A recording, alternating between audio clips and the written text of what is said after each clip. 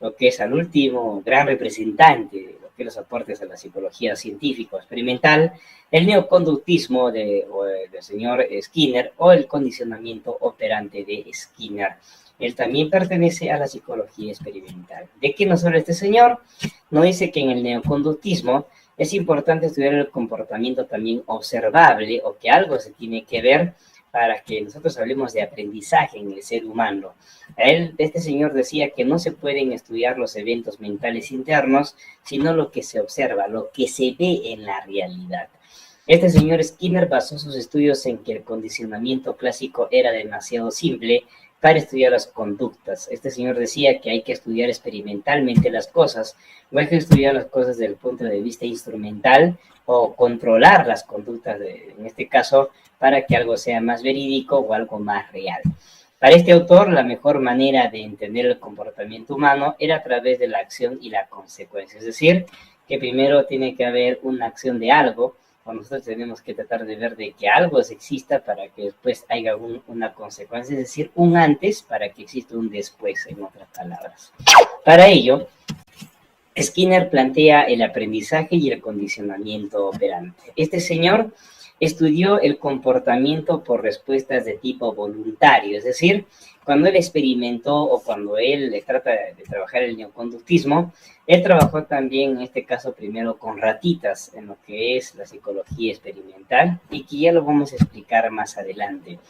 El primero, para que lo tengamos en cuenta, es el padre del aprendizaje por condicionamiento operante de su misma teoría. Él basó la teoría en la ley del efecto de Thorndike. Thorndike también era un psicólogo muy antiguo que también en la ley del efecto nos hablaba, ¿no? De que algo tiene que tener una acción también muy parecido a lo que él planteó en cuanto a una consecuencia, y de ahí es donde toma algunos elementos teóricos este señor prácticamente para profundizar o para trabajar su teoría, el señor Skinner, en cuanto a lo que es los aportes más importantes a la psicología experimental. Entonces, ¿quién fue prácticamente su maestro de Skinner? El señor Thorndike, o en este caso, como quien dice, es un elemento importante para, en este caso, su teoría. Skinner propuso la teoría sobre el condicionamiento operante a partir de la realización de varios experimentos con animales, ¿sí? Como comenzó con ratitas, e inclusive algunos dicen también que trabajó con palomas, ¿sí? Tengamos en cuenta, anotémoslo por ahí, porque quién sabe podría ser pregunta de examen. Algo importante que nos habla el señor Skinner es que él introdujo, o él es el único autor de la ley del efecto refuerzo. Nos dice que una conducta, mientras más se repita o mientras más se dé, tiende a fortalecerse, entonces de alguna manera se repite. Pero una tipo de conducta, mientras de repente menos se dé o menos de repente se tiende a repetir, se llega a debilitar o simplemente inclusive se llega a eliminar. Un ejemplo, ¿no? Si de repente a un niño tú le dices, en este caso, tú vas a hacer deporte, porque de repente si haces deporte vas a estar bien físicamente. El niño lo hace porque sabe que si hace deporte va a estar bien físicamente, practica el deporte.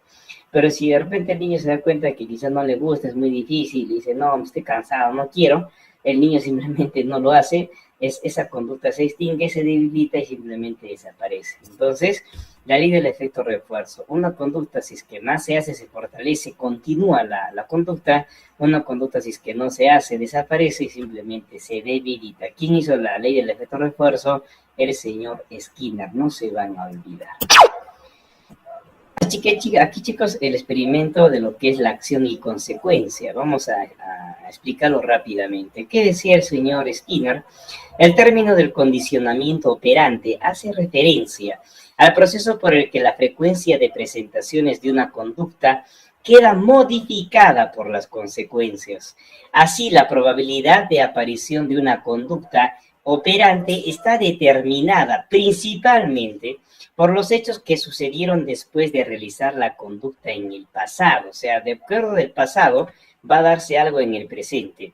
Skinner materializó la demostración de la ley del reforzamiento instaurado en el proceso de condicionamiento operante en la jaula diseñada de Skinner o en la jaula de lo que era con los ratoncitos. Un ejemplo bastante sencillo que él hizo, mis queridos estudiantes, puso en una caja de cartón o una caja de madera una ratita y con alimento. En una experiencia pasada a la ratita la puso aquí con agujeros para que no se asfixie y no le puso alimento. La rata estaba que se moría de hambre, pero la ratita le puso acá un interruptor donde si es que apretaba la ratita este interruptor, iba a caer comida, pero la rata no sabía, pues no se iba a dar cuenta, era un animalito. La rata estaba que se moría de hambre, sin querer se corría, ya no sabía qué hacer, y en eso de que tanto corrió para desesperación, estaba que se moría de hambre, estaba creo en 2 días sin comer, la rata por fin apretó este dispositivo y sin querer, por milagro de Dios, cayó comida. La rata aprendió a través de ese tipo de experiencia pasada, de que comenzó a apretar más seguida la palanquita inconscientemente por hambre, y cada vez que apretaba, por ejemplo, cada tarde, cada noche, caía comida y se fue alimentando. Entonces, ¿qué hizo en este caso? Iba fortaleciendo las conductas. Y después, de alguna manera, estaba sobreviviendo. Después, ¿qué hizo en este caso Skinner a propósito? Ya no puso comida, la ratita iba apretando también en este caso el interruptor. Al no caer comida, la ratita ya no apretaba, pero no lo hacía porque quería, sino porque como no había comida, dijo, ¿para qué aprieto? Mejor moriré. Y entonces ya no apretaba la palanquita, entonces también se debilitaba la conducta. También aquí se puede explicar la ley del efecto refuerzo, ¿no? Si algo se fortalece, se hace, y si algo si no, también se debilita. Pero acá también es la ley, en este caso, que utilizó Skinner en lo que era el condicionamiento operante en el experimento de la caja de Skinner. Skinner también nos habla finalmente del condicionamiento instrumental, y para ello nos va a hablar de 4 tipos de reforzamiento muy importante dentro de su teoría en cuanto a lo que es el neoconductismo en general y los aportes más importantes a la psicología. Este señor, chicos, primero nos va a hablar del reforzamiento positivo. Fácil, chicos, para que no se olviden, lo positivo siempre va a dar positivo para el señor Skinner, ¿sí? Positivo más positivo, siempre positivo. ¿En qué consiste el reforzamiento positivo Skinner? Consiste en aplicar un estímulo agradable como consecuencia de la conducta que se pretende reforzar. Todo siempre va a ser positivo. Si yo doy un estímulo agradable a algo positivo, siempre voy a tener como respuesta que algo positivo, profesor. Aquí se busca la probabilidad de que esta conducta se vuelva a producir, pero si es que yo la refuerzo, si es que yo doy el estímulo positivo, pero si es que yo no presento el estímulo positivo, lamentablemente esta conducta no se puede volver a reforzar, a producir si es que yo no presento este tipo de estímulo. Ejemplo que tenemos en el texto. Tras el disparo del arco de un jugador de fútbol, el entrenador, independientemente del resultado, elogia la acción con el fin de que el deportista vuelva a realizar esa conducta en otra ocasión.